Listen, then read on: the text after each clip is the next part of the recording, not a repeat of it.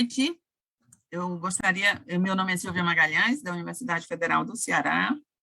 É um prazer estar aqui com vocês. Eu quero agradecer a presença de todos em nome da ABHH e da Dr. Redis. É um prazer darmos seguimento. Essa é a nossa terceira conversa, nosso terceiro webinar sobre síndromes mielodisplásticas. Nós já estivemos outras vezes conversando aqui sobre o idoso, né? E todo o processo da senescência, que envolve o envelhecimento. Já conversamos sobre a difícil jornada do paciente hematológico, já conversamos sobre dificuldades diagnósticas na nossa vida prática, né, quem não as tem, e hoje nós vamos fazer um foco nas dificuldades terapêuticas. Eu conto hoje com a presença do professor Dr. Ronald Feitosa Pinheiro, né, também da Universidade Federal do Ceará, a quem eu agradeço muito pela participação.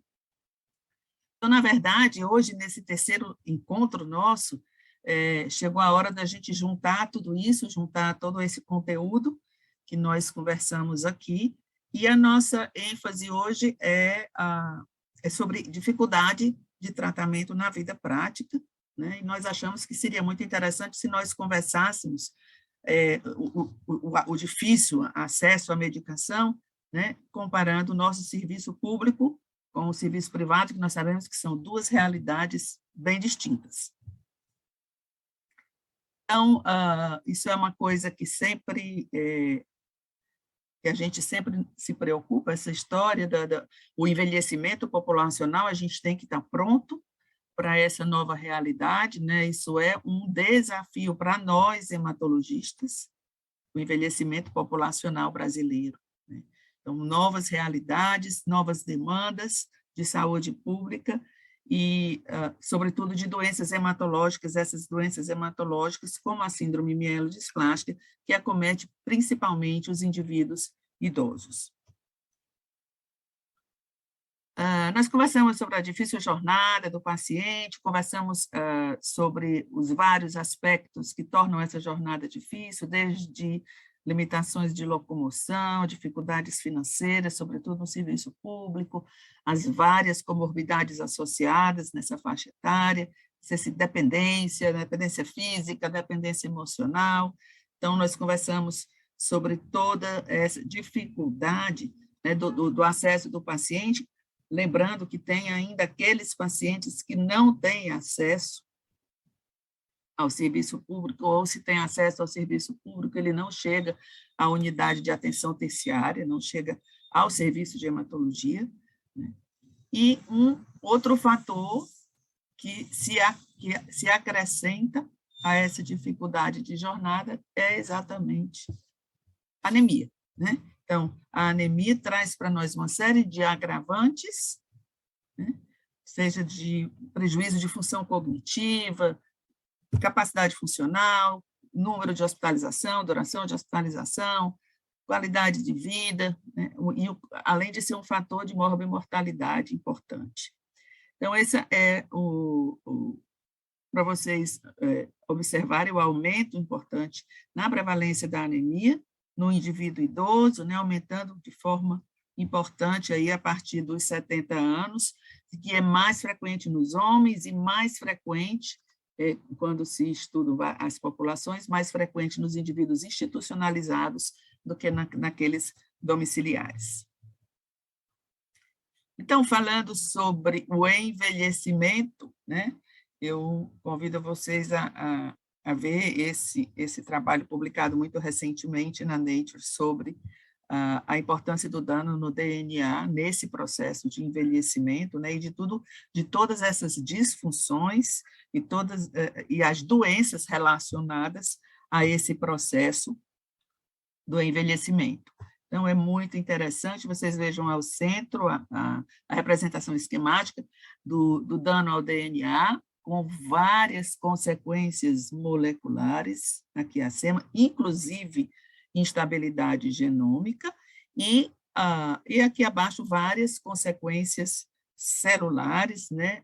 Alteração dos mecanismos de sinalização, a inflamação, que nós vamos conversar, e isso gera todo um contexto que é importante para nós tomarmos conhecimento, que são alterações relacionadas ao sistema imune, ao sistema hematológico, né, com o envelhecimento. Uma importante desregulação e disfunção, né, com o declínio desse sistema. Então, existem alguns termos que nós temos usado, né, que são a imunossenescência e a inflamação crônica, né, que caracteriza esses indivíduos. É sempre bom chamar a atenção que, apesar dessas alterações, de uma redução da capacidade do sistema hematopoético, é bom sempre chamar a atenção que a contagem é normal nesses indivíduos idosos. A hemoglobina é a mesma que nós consideramos para o adulto,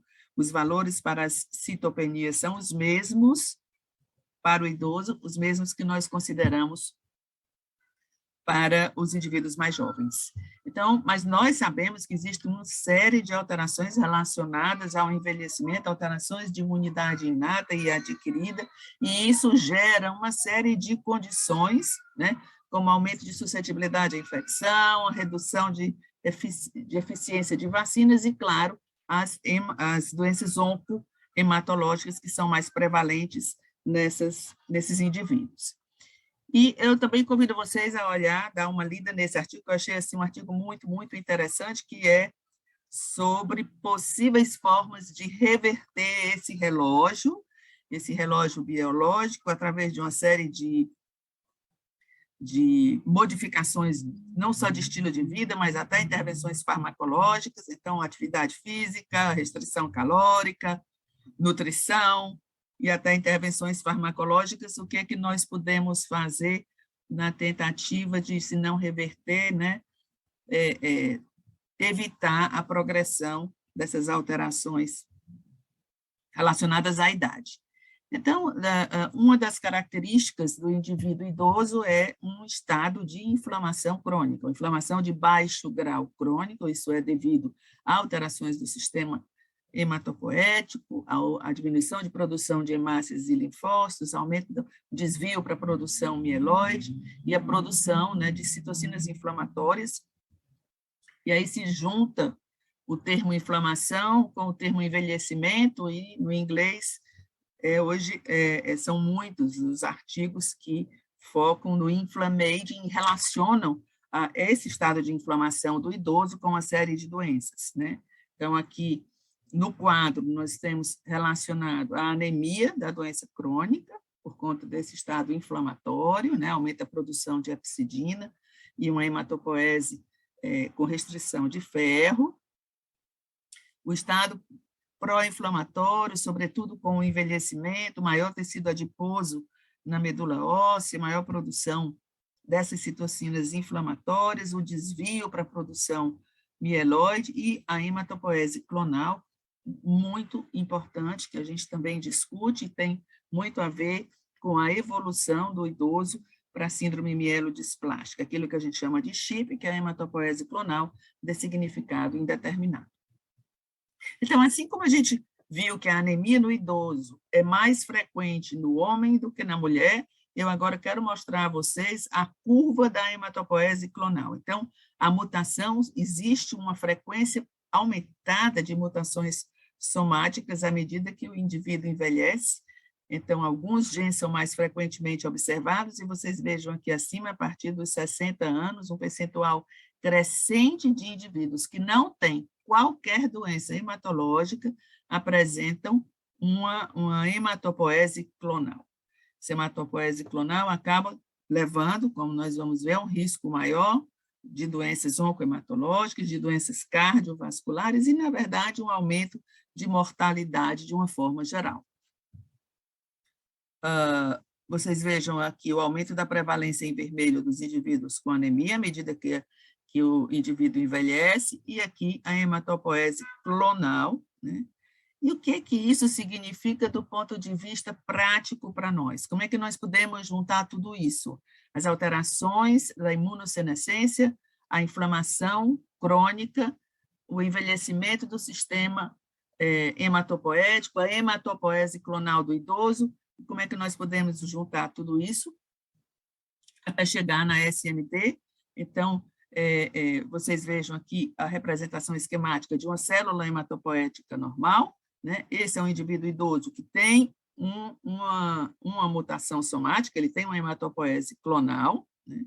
Isso já leva a uma desregulação do sistema imune, da inflamação, a isso associado às alterações relacionadas à idade e à inflamação crônica, acabam dando uma vantagem de proliferação para esse clone, né? Instabilidade genômica, mutações adicionais e a aquisição, então, do fenótipo maligno. Então, é muito interessante a forma como a gente junta todo esse conhecimento de imunossenescência, de envelhecimento do sistema hematopoético, de inflamação crônica, e a gente entende como é que isso chega ao fenótipo maligno. Nós já conversamos aqui no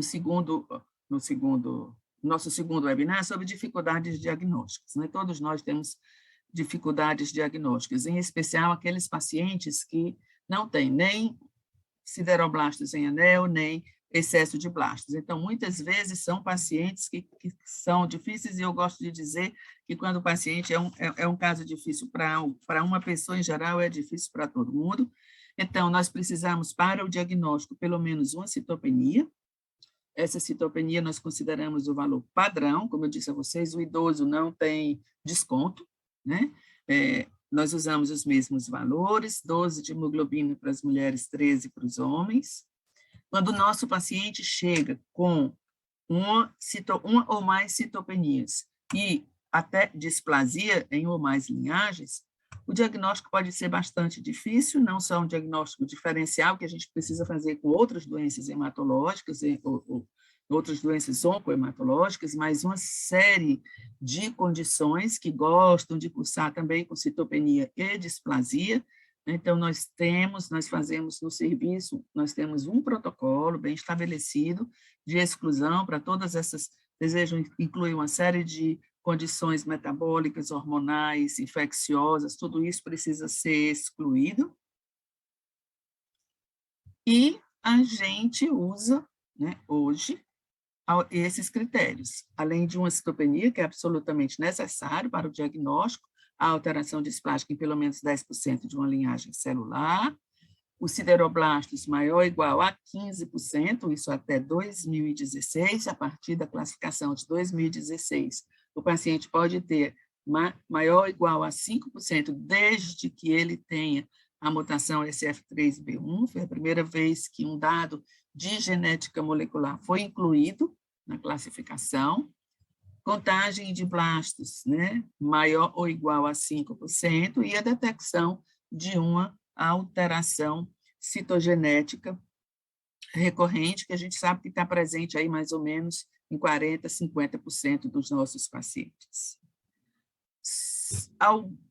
Em alguns casos, isso ainda não é considerado, a citometria de fluxo ainda não é considerada mandatória, mas a citometria de fluxo pode eventualmente ser muito importante, sobretudo nesses casos em que nós precisamos excluir outras condições.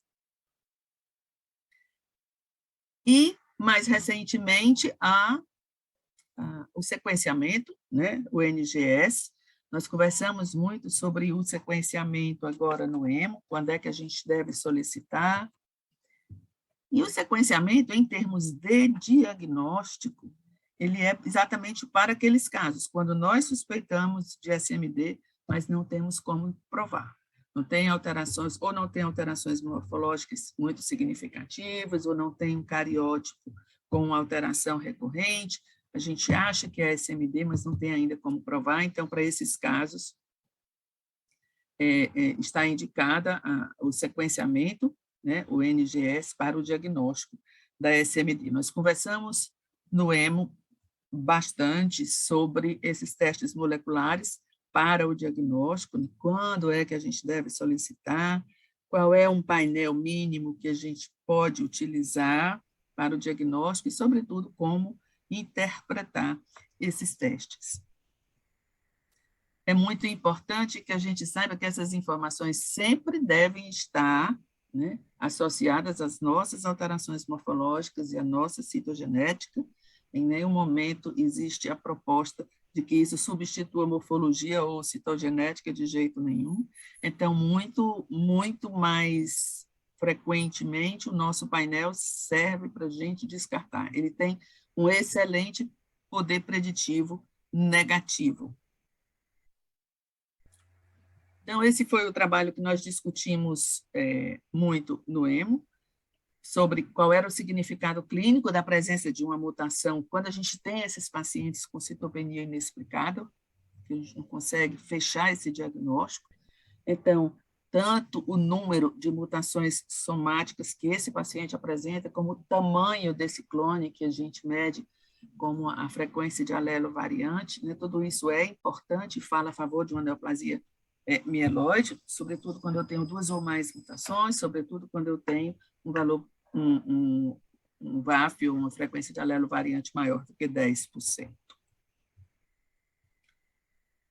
E aqui, vejam só, se eu tenho uma citopenia e esta citopenia é clonal, se eu conseguir evidenciar a hematopoese clonal, essa entidade, CICAS, é uma entidade que traz um risco 14 vezes maior de desenvolver uma neoplasia mieloide.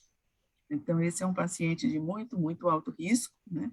Quando vocês comparam, por exemplo, com aquele paciente que tem uma citopenia e que não foi evidenciada hematopoese clonal.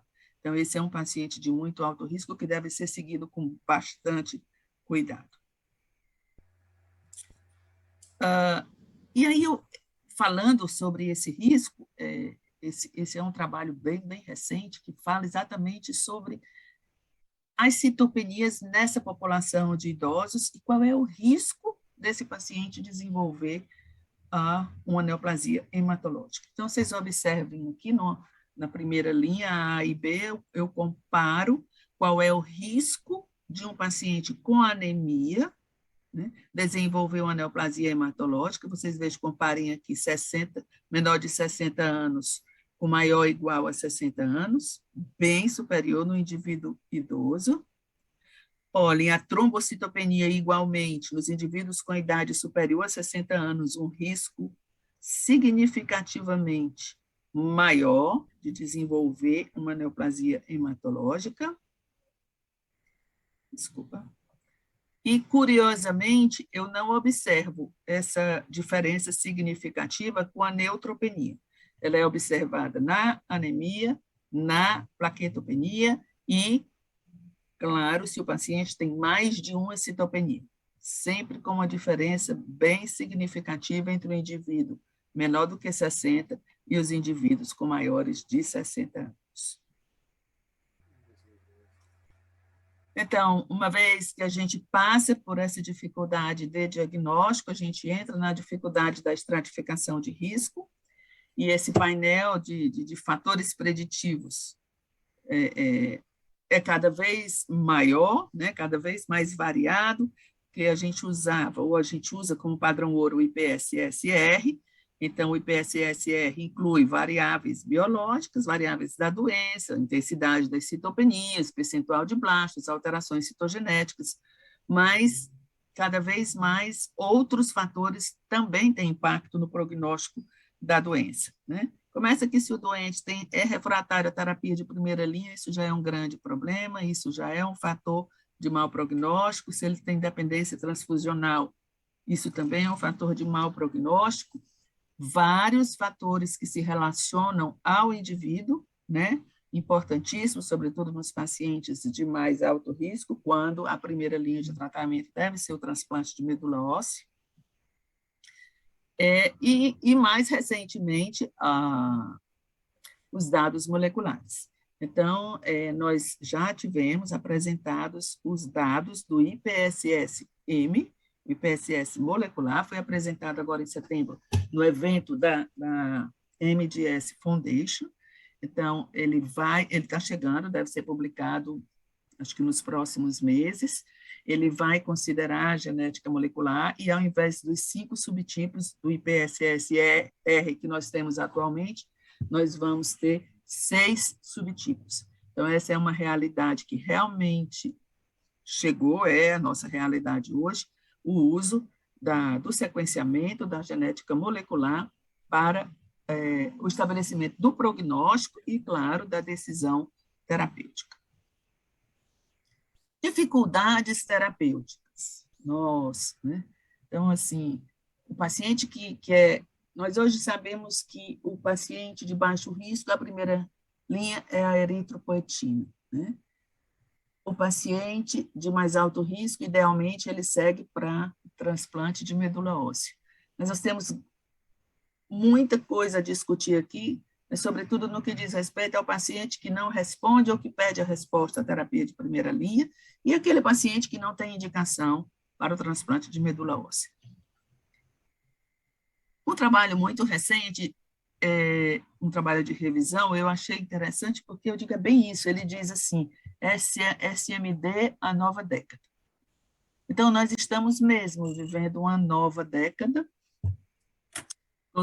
Todos nós passamos aí pelos últimos 10 anos em que nós não tivemos praticamente poucos avanços que chegassem à nossa prática, né?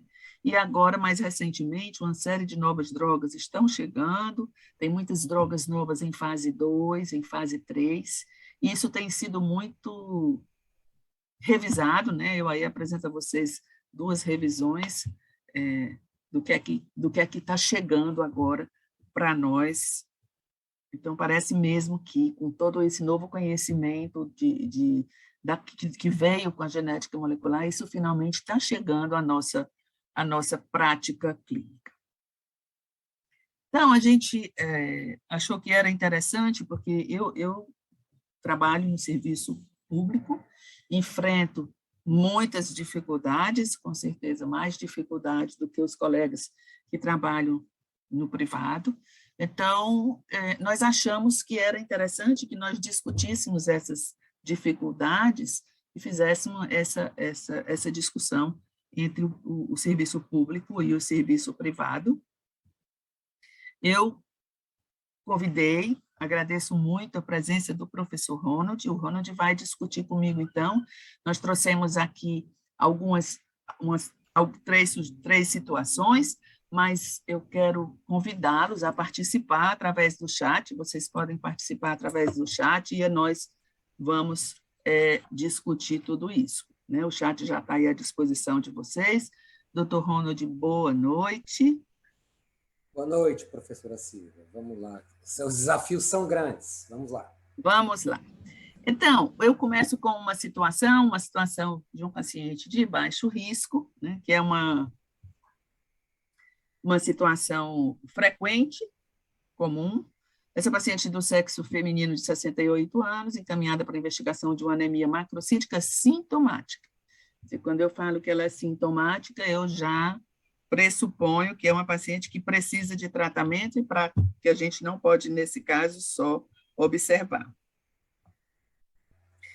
Ela tinha deseritropoese apenas, não realizou a biópsia óssea, tinha um cariótipo com deleção 5Q em 7 metáfases, ela foi, então, classificada como SMD com sideroblastos em anel e o seu IPSS-R era de baixo risco. Então, as perguntas que são muito frequentes para essa paciente. Então, eu acho que eu passo a palavra para você, Ronald. Você, assim, no serviço privado, apesar de que nós sabemos que a droga de escolha, droga de primeira linha para esse paciente é a lenalidomida, no serviço privado, ainda assim, você tenta a eritropoetina? Bem, vamos lá. Só lembrando algumas coisas importantes, a gente sabe que em alguns centros europeus a lenalidomida nem está liberada para deleção 5Q, né? A gente sabe que em alguns países da Europa ainda não está liberada. Mas eu partiria para essa resposta, professora, a partir da pesquisa da mutação do P53. Assim, me incomoda muito, porque no serviço público a gente tem dificuldade de sequenciar o P53, porque se a gente tivesse uma deleção do 5 com mutação do P53, a coisa não iria tão bem, né? Então, isso sempre, toda deleção do 5 eu fico com um pezinho atrás, tecnicamente a gente sabe que a grande maioria vai ser de baixo risco mesmo, né? Mas a mutação do P53 nessa situação me deixaria bastante incomodado para decidir. Mas no privado, eu posso lhe dizer que eu faço eritropoetina de começo, sim, deleção 5Q. E só uso o Revlimid, a lenalidomida, quando, na verdade, eu perco a resposta à eritropoetina. Porque a gente sabe que o Revlimid, a lenalidomida, são 2 anos de resposta em média, né? Não chega nem a 3 anos na deleção 5Q. Então, eu, Ronald, começo com a eritropoetina e converso com a família, dizendo que se eles abrirem algum guideline, o NCCN, vão ver lá o Revlimid, a lenalidomida, mas eu deixo como carta guardada na manga. Então, eu sigo o mesmo caminho que você faz no sistema público, né? E no Hospital Geral de Fortaleza, que é o sistema público que a gente atende, que no caso hoje eu atendo, do Sistema Único de Saúde, a gente também mantém a eritropoetina, né, como primeira linha. Ronald, uma coisa que me deixou aflita mais recentemente, no que você falou, que é muito importante, a história, o status do P53 nesses pacientes, a gente tinha uma certa segurança que podia avaliar isso por imunohistoquímica, né? Agora, eu não sei mais esse estudo que foi publicado com relação à diferença importantíssima da mutação bialélica, eu sei que você é coautor desse trabalho, agora a gente não sabe mais se pode confiar, não é? Na expressão aumentada por imunohistoquímica com relação ao status do P53. Na verdade, eu nem sei, porque, na verdade, se o paciente tem mutação de P53, a gente continua mais preocupado, né? Mas a gente ainda não tem, assim, uma opção terapêutica. Porque tem 68 anos, né? Eu acho que é difícil, é 68 esse caso, né? É difícil a gente caminhar para o transplante, né? A gente teria dificuldade. Se fosse mais jovem, se fosse 58, a gente conseguiria, né? Se tivesse a mutação do P53. Agora é o seguinte, essa pergunta ela tem sido feita muito, né? Para a Ellie, né? Para a Papa Emanuel, com a Elsa, né? Que são primeira autora e últimos autores desse material da Nature, do P53 bialélico. E assim, o que é que elas falam? Olha, a expressão aumentada do P53 na imunistoquímica, o que foi estudado foi para mutação monalélica. Então, para bialélica não tem resposta, né? Então, se a gente não tem resposta, não dá para responder, literalmente. Agora, eu acho assim, a gente vive na pobreza, mas a gente tem que sempre tentar lutar pelas coisas de mais ponta possível, né? A senhora mais do que ninguém sabe muito bem disso, né? Então, me incomoda a imunohistoquímica. Me incomoda a imunohistoquímica, apesar de a gente saber que é padrão e tal. Eu não fico seguro com a imunohistoquímica. Não fico seguro. Realmente eu não fico. Seja para a expressão aumentada ou diminuída, porque o bialérico, de repente, pode alterar a expressão, né? E o pior, para responder ainda mais ainda, a Ellie fez, né, um levantamento perguntando quem tinha biópsia de medula para tentar fazer imuno, para ver se conseguia. O N foi insignificante, né? Então, talvez não tenha essa resposta tão cedo. Uma outra pergunta que é muito comum é: durante quanto tempo você aguarda fazendo eritropoetina até você dizer que esse paciente realmente não responde? Qual é o período mínimo de observação que você faz? Então, aí no privado a gente vai igualzinho o público, 12 a 16 semanas, né? 12 a 16 semanas, inclusive tem a tese, não sei se você lembra, a tese da Germana, que foi uma aluna de mestrado, né, que você participou da banca, e bateu demais, né, casos da Universidade Federal do Ceará, se não respondiam entre 12 a 16 semanas de eritropoetina, né, realmente a gente já não ia mais adiante, porque não adiantava mais, né? Então, intervalo 12 a 16. Quanto tempo você demora, por exemplo, no serviço público? Nós precisamos fazer um relatório, né? Eu estou falando do serviço público da Universidade Federal, eu sei que serviço público em universidades estaduais a realidade é diferente, mas a gente precisa fazer um relatório para judicializar a lenalidomida, né? Quanto tempo você demora no público para ter acesso à lenalidomida? Vamos colocar 100 dias. 100 a 120 dias, se né? Se uma vez caindo, a gente manda para a Defensoria Pública da União, a DPU avalia, sempre manda um relatório perguntando uma série de outras coisas de novo. Se cair na mão do juiz federal que responda bem e que libere para a gente, são 100 a 120 dias, em média, né? Em média. Difícil, Né? muito então, difícil. na verdade, doutora Silvia, no primeiro mês da eritropoetina, a gente já vai avaliando e vendo, porque já vai começando a pedir, né? É um pouco disso. Né? É um pouco disso. E quando o paciente não responde, ou ele perde a resposta, qual é, no privado, a segunda linha? Então, se a gente foi lá para a eritropoetina, não respondeu, foi para a lenalidomida, não respondeu, eu acabo chegando na azacitidina. Não tem como, né?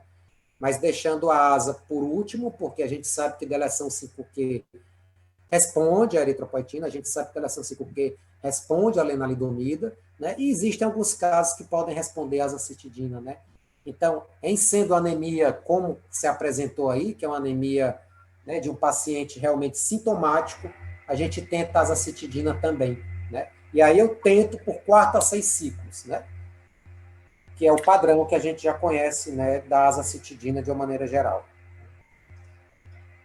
Nós temos no público uma dificuldade enorme, porque tudo isso, lenalidomida e mesmo a azacitidina, tudo isso é judicializado, então depende muito. Já tenho pacientes aí com mais de 12 meses esperando Você pela sabe, azacitidina. aqui no privado, na verdade, por exemplo, a Unimed já melhorou bem a sensibilidade, sabe? Quando você pede o Revlimid para SMD, a Unimed com um relatóriozinho bem feito, né? Realmente, como o plano de saúde tem liberado, a CACI, que é o Banco do Brasil, também tem liberado, né? E a Caixa de Assistência CAFAS aqui, que é dos servidores ali das contas do Estado, né? Também tem liberado. Então, se consegue, né? Você consegue sensibilizar o auditor, né? Que é o indivíduo, o auditor médico que está avaliando. Né? Vamos para a situação seguinte. Na verdade, nós fazemos a mesma medicina, o que muda é a dificuldade de acesso, né? O acesso no serviço, quer dizer, é a mesma medicina, quer dizer, não é a mesma medicina. A gente pensa Porque o igual, mas atraso atrapalha, né, doutora o Silvia? acesso é muito difícil para muito mais difícil para o serviço Então, público, né? e aí esse atraso é aquela coisa que acaba aumentando a mortalidade, né? Porque aí, querendo ou não querendo, ele não era dependente de transfusão, passa a ficar dependente porque está atrasando a droga chegar, aí toma 2 bolsas, 4 bolsas, 6 bolsas, a gente sabe que o clone está ali, né? Vai evoluindo, aumenta a sobrecarga de ferro, ferritina vai para cima de 1000, aí começa estresse oxidativo, como você mostrou nos slides do Inflammaging, então aí vai, né, o processo anda, né? Então, acaba sendo diferente, eu acho que além é acesso com o fator tempo, né? Infelizmente. Nessa segunda situação, agora um paciente masculino, 72 anos, também com anemia sintomática, performance status 1. Esse paciente tinha displasia em múltiplas linhagens e sideroblastos em anel em 6%. Medular hipercelular, com displasia megacariocítica, mielofibrose de grau 1, cariótipo normal, e ele foi diagnosticado como SMD, displasia em múltiplas linhagens, e IPSS-R baixo risco. Aqui, de novo, eu gostaria até de a mesma coisa, eu lhe pergunto se para esse paciente você também faria no privado a eritropoetina, e eu até gostaria que você respondesse junto com a terceira. Bom, a avaliação de resposta você já comentou, o papel do sequenciamento na decisão terapêutica, porque nós já sabemos que quando o paciente tem maior ou igual a 5% de sideroblastos, ele pode, né, ser um paciente considerado com sideroblastos renal e, portanto, um bom candidato para o luspatercept. Como é que você faz no privado? Vamos lá, no privado, esse caso aqui bem interessante. Eu posso colocar que há 1 ano e meio atrás, eu responderia que eu iria também de eritropoetina. Né? Eritropoetina, sem dúvida. Agora, hoje, né, os convênios aqui já estão pagando para a gente, com relativa tranquilidade, o painel mieloide. Né? Então, o painel mieloide, eu acho que até no EMA, uns 2 anos atrás, quando a gente fez uma apresentação com a professora Silvia, eu não sei se foi em Curitiba, agora não me lembro muito. A gente apresentou, é um painel de 26 genes que cobre todos os genes das neoplasias, entre aspas, mieloides da medula óssea. Né? E aí estão lá o DNMT3A, o TET2, SRF-CF2, SXL1, SF3B1, P53, né? Todos eles estão lá. Então, aqui no privado, a gente já consegue ter esse painel de sequenciamento, né? Principalmente nas caixas, que são essas unidas, né? CAMED, do BNB, Banco do Nordeste do Brasil, CACI, que é Banco do Brasil, e a Unimed já se sensibilizou agora, ela faz no laboratório privado dela, ela não aceita terceirizado para outros laboratórios. Então, a própria Unimed é quem pega e encaminha, né, para outros centros. Mas a gente faz, então a gente já consegue ter essa resposta. E aí, doutora Silvia, é legal, porque vem com VAF, vem tudo, então a gente tem esse elemento. Né? Então, a depender do que possa vir, do ponto de vista de alteração, né, de sequenciamento, por exemplo, se nesse paciente aqui, para mim, Ronald, se viesse uma mutação do P53, eu sou fã da decitabina. Se viesse mutação do P53, porque a gente sabe que tem um estudo da New England, né, que mostra a decitabina com resposta legal. Mas se viesse as outras mutações, até ter 70 anos, né, seja um DNMT3A ou um SXL1, que me deixa um pouquinho mais de medo, eu iria de azacitidina, né, se eu encontrasse realmente a mutação no percentual significativo, como você apresentou aí nos seus slides. Né? Agora, se todo o perfil de mutação fosse zerado e eu não tivesse nada, eu começaria com a eritropoetina. Se ele for um SF3B1? Se for um SF3B1, eu vou com tranquilidade com a eritropoetina. Com tranquilidade. Com tranquilidade. Né? Porque é exatamente a situação que você botou aí, né? 5% sideroblastos em anel, mas aqui, teoricamente, se tivesse F3B1, a gente vai chamar de sideroblastos em anel mesmo, com displasia bilinhagem, né? Acho que no caso é bilinhagem. Né? Mas se não tiver... Então, esse F3B1 é o único elemento que é de bom prognóstico, né? Inclusive, no IPSS molecular vai vir aí, né, o efeito das comutações, né? Que aí muda um pouquinho. Mas esse F3B1 isolado, eu iria de eritropoetina indiscutivelmente, né? E aí, eu acho que para os colegas, né, que fazem SMD, né, é muito legal de saber que até o final do ano, né, teoricamente, o luspatercept vai estar aí, né? Que é exatamente para os casos que, após perda de resposta à eritropoetina, com esse F3B1, você tem a opção do luspatercept, né? Inibidor de TGF-beta. Então, muito legal. Que é o que você falou, né? A gente está entrando numa nova década mesmo de SMD. Uma nova década, com certeza é uma nova década. Muito bem. Eu acho que é isso. Eu achei interessante, Ronald, esse trabalho, um trabalho também bem recente, em que os autores se perguntaram assim, como é que é na vida real essa coisa de sequenciamento depois da nova classificação da Organização Mundial de Saúde, né, de 2016, quando eles introduziram pela primeira vez uma mutação, que é o SF3B1, dizendo lá, quando o paciente tem maior ou igual a 5%, e ele tem a mutação, ele pode ser classificado, sim, como SMD com sideroblastos em anel. Então, eles fizeram um estudo multicêntrico, para ver de lá para cá, de 2016 para cá, como é que mudou a rotina dos serviços a partir dessa recomendação da Organização Mundial de Saúde em 2016, e incrível, né? Eles fizeram e viram que não mudou entre antes e depois da recomendação, não mudou a frequência, né?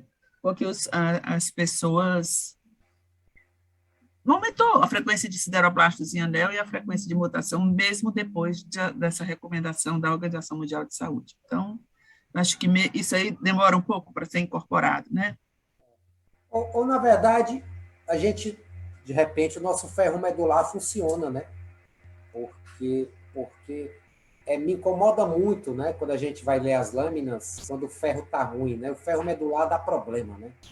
O corantezinho chato, né? Precipita muito, contamina muito, né? Inclusive, no nosso laboratório de citogênica do câncer, semana passada a gente teve, né, problema com precipitação de ferro, e aí ficam as meninas tentando, né, como você sabe, tentando modificar o protocolo, mas eu acho que com o passar do tempo, esse F3B1 vai virar rotina, né? A gente fica esperando, eu acho que não vai ter, doutora Silvia, um painel para SMD, não. A não ser que a gente monte, né? Você veja aqui, ó, nesse estudo é um número assim, se tratando de um estudo multicêntrico, né, 489 é um bom número, só 32% dos pacientes que tinham menos de 15% de sideroblastos fizeram o teste, quer dizer. Fizeram o teste, né? Só 32% fizeram o teste quando tinham sideroblastos menor do que 15, que seria o caso do nosso paciente. E eu fico pensando, então, assim, que, quer dizer, não mudou para os grandes, mesmo para os grandes da América, né? Hein? Você está falando aí América, né? Estados Unidos, né? Imagina a gente, né?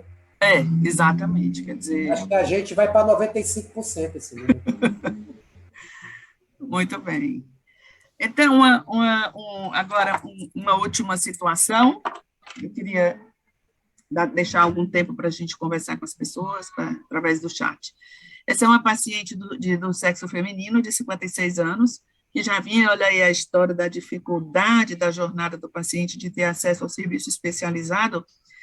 3 anos que essa paciente tem quadro de anemia sintomática, procura assistência médica e vai sendo medicada com aquela mistura de sulfato ferroso com ácido fólico, um pouco de cada coisa, melhora parcialmente e vai ficando, né? Então, quando chega no serviço mais especializado, já está com a piora importante e progressiva dos sintomas, aí já tem perda de peso não mensurada, mas aí já aparecem as equimoses, o quadro já é completamente outro, né? Então, de comorbidades, ela referia apenas arritmia cardíaca, fazendo uso regular de atenolol, e ela trazia para nós 2 aspirados medulares, realizados antes desse encaminhamento, que mostravam displasia moderada nas 3 linhagens, sem sideroblastos em anel, sem excesso de blastos. E ela já vinha, porque já tinha desenvolvido dependência transfusional, ela já chegou para nós com a ferritina, né, quase 1.990. Então, o hemograma inicial dessa paciente mostrava uma anemia importante, 5,6, VCM normal, 2.500 leucócitos já com a neutropenia importante, 9.000 plaquetas. Era uma paciente que já tinha muitas equimoses, e ela vinha também, quer dizer, ela tinha feito esses 2 aspirados e já vinha em uso da eritropoetina, fazendo 3 ampolas, 30.000 unidades por semana, e mesmo assim com essa hemoglobina de 5,6. Na avaliação dela no nosso serviço, ela fez de novo um aspirado, displasia moderada nas 3 linhagens, blastos 5%, a biópsia acentuadamente hipercelular. Eu achei aqui bastante, às vezes a gente fica sem saber, né, como lidar, porque o aspirado, que é o nosso padrão, né, mostra 5%, a biópsia, por acaso, havia um relato de cerca de 30% dessas células imaturas, e a imunofenotipagem, 5% de células CD34 positivo e outras alterações também de maturação. Um cariótipo normal, na verdade, ela era um SMD com displasia em múltiplas linhagens, né, chegou para nós já como excesso de blastos tipo 1, o score dela inicial era 5, e aí passou para 6, mas assim mesmo ela continua como um SMD de alto risco, dependência transfusional, e aqui o nosso score, né, essa paciente de alto risco, com a sobrevida estimada de 1,6 anos. Então, essa é uma paciente, né, para a qual nós solicitamos a azacitidina. Então, estou mostrando aqui, numa versão aqui do Blood Reviews, agora do ano de 2021, o algoritmo para os pacientes de alto risco, né? Então, vocês vejam que a primeira coisa é ver se o paciente é ou não é elegível para o transplante, e em seguida, se ele não é elegível para o transplante, ou até se ele tem mais do que 10% de blastos, ele pode fazer a azacitidina.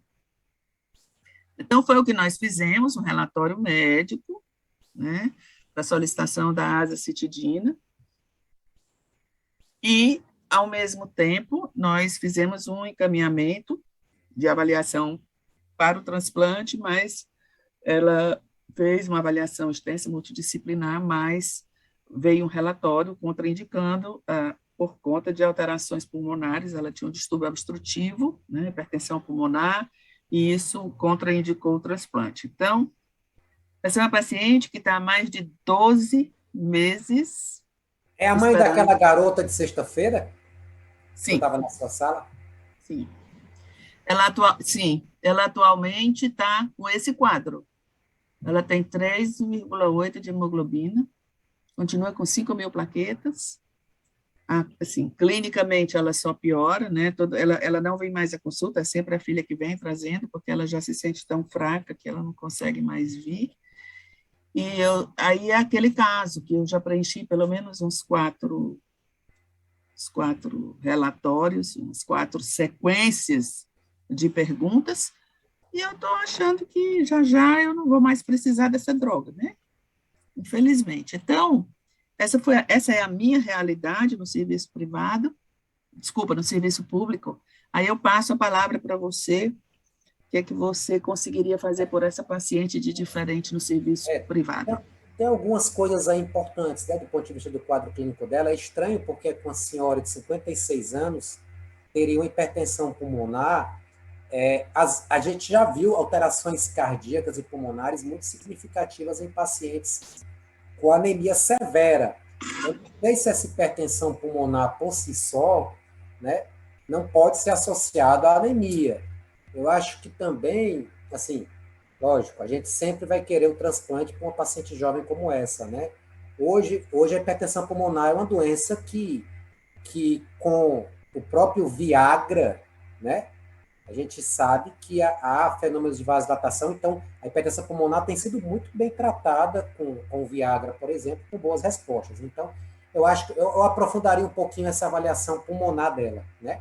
Agora, mais uma vez, público e privado, eu iria pedir o painel mieloide, pediria novamente o painel mieloide para o convênio, né? Para tentar tomar uma decisão mais robusta. Por quê?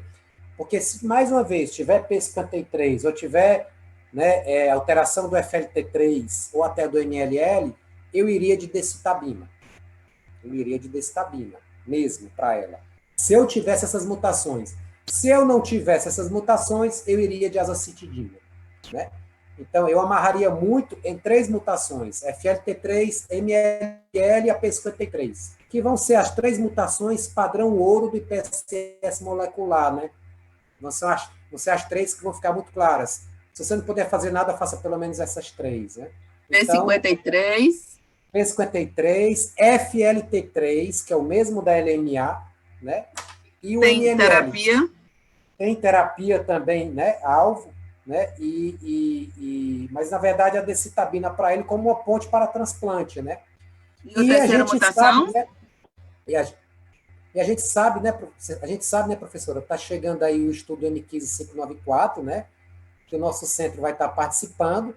Então, venetoclax com decitabina ou venetoclax com azacitidina também seriam opções, porque é um AREB, né? Mas aí em trial clínico, né?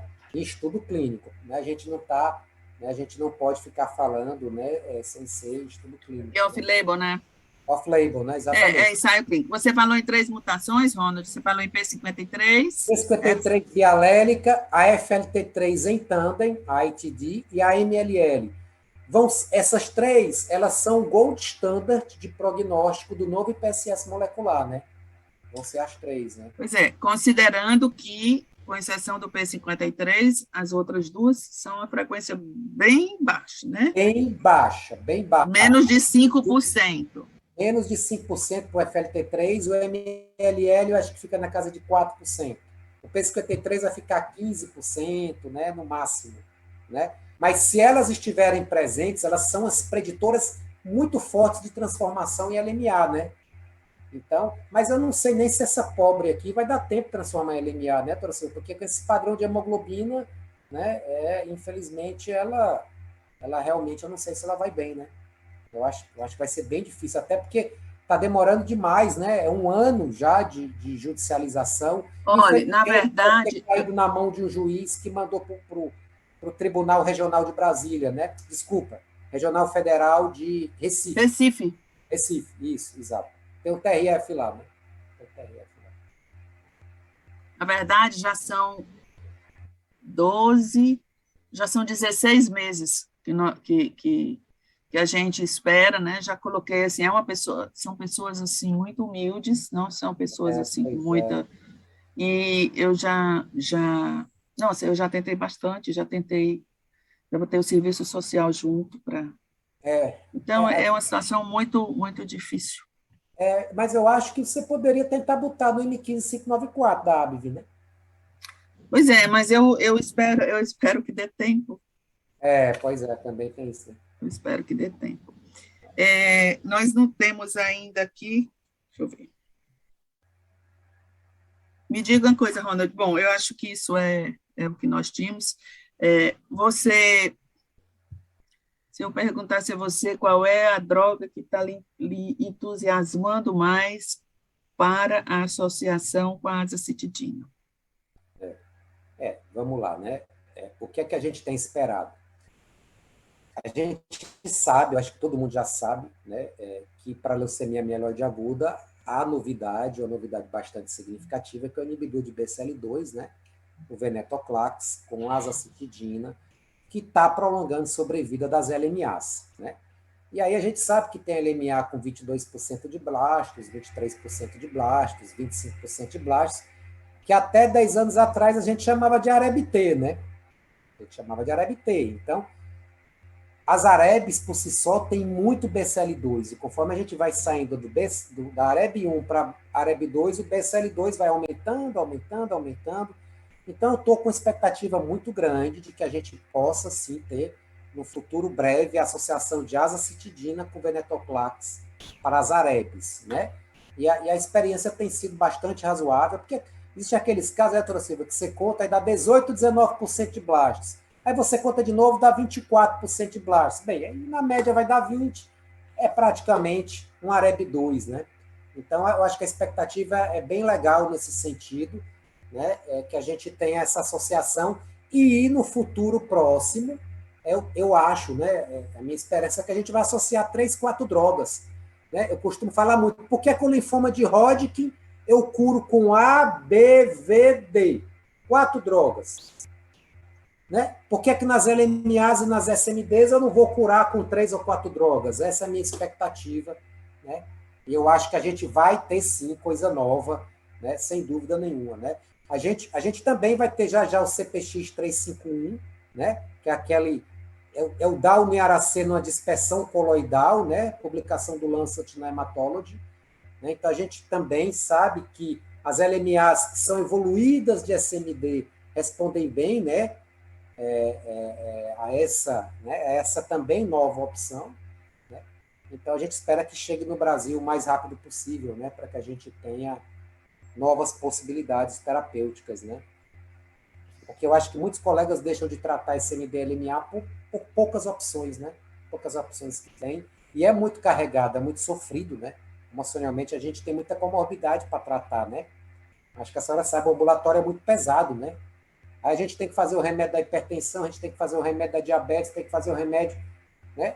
De tudo no mundo. Então, é pesado, é muito pesado, né? E emocionalmente muito pesado. Então, a gente espera muito que o venetoclax venha aí, né? Ronald, a sua experiência, qual é a média de duração a partir do momento que você faz um diagnóstico como esse de um paciente de alto risco, até você iniciar o tratamento? Quanto tempo desde a hora que você indica o tratamento, faz a prescrição, até o doente receber a droga? No privado, doutora Silvia, 7 a 10 dias. Meu Deus.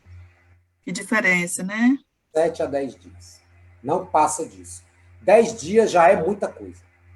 Já é muita coisa, 10 dias. Que diferença. 7 a 10 dias. Eu li um artigo há pouco tempo, eu achei até bem polêmico, mostrando que não fazia muita diferença, pelo menos até 6 meses de retardo não fazia muita diferença. Eu achei assim, achei bem polêmico essa...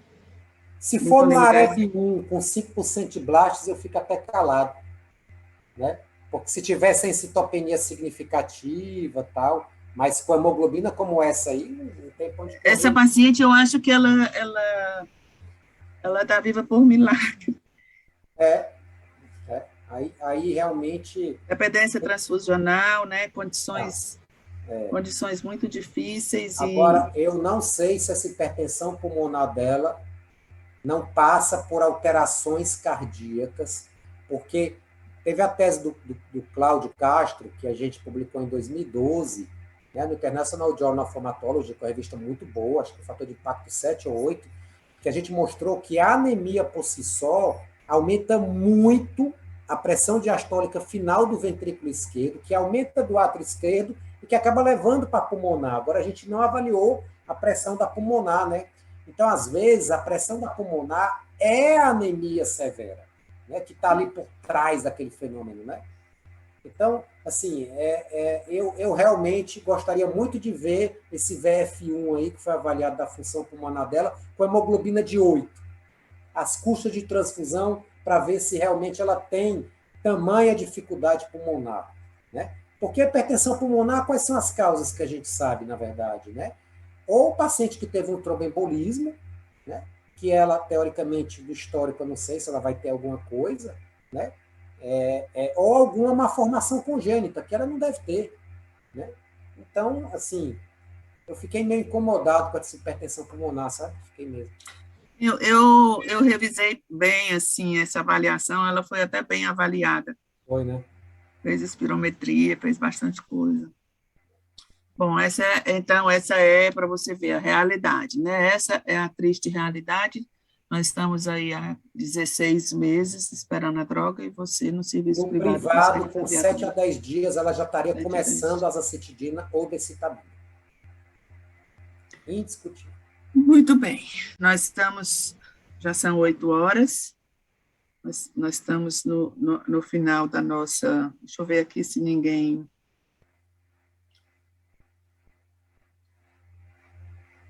tem nenhuma pergunta no nosso chat. Eu acho que foi muito, muito interessante a gente fazer esse comparativo, né? Até porque assim, a gente tem a BHH, tem lutado muito, né? Tem incorporado muito essa luta. Você não estava com o Ministério da Saúde, não ia entrar no rol, azacitidina, não ia? Pelo acesso, né, à medicação. Da ANS, né?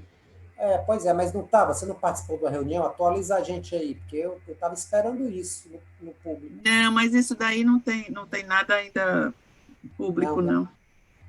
Eu pensei que esse governo novo aí fosse... Existe um grupo de estudo, né? Mas não tem nada, eu acho assim, não tem nada próximo para nós, não. Não por essa via, né? Muito bem. Então, vamos lá. Ronald, muito obrigada pela sua participação. Sempre é muito bom dividir é um grande prazer. Isso aqui com você. Eu gostaria de avisar que esse webinar vai ficar disponível em breve no nosso canal da BHH no YouTube. E, mais uma vez, agradecer muito a BHH, a Dr. Regis, por essa oportunidade, né, por fechar esse ciclo dessas três discussões sobre SMD. E vamos todos, né? Sejamos todos muito bem-vindos à nova década. Quem sabe, né? Muito bom. Muito obrigada a todos e boa noite. Boa noite.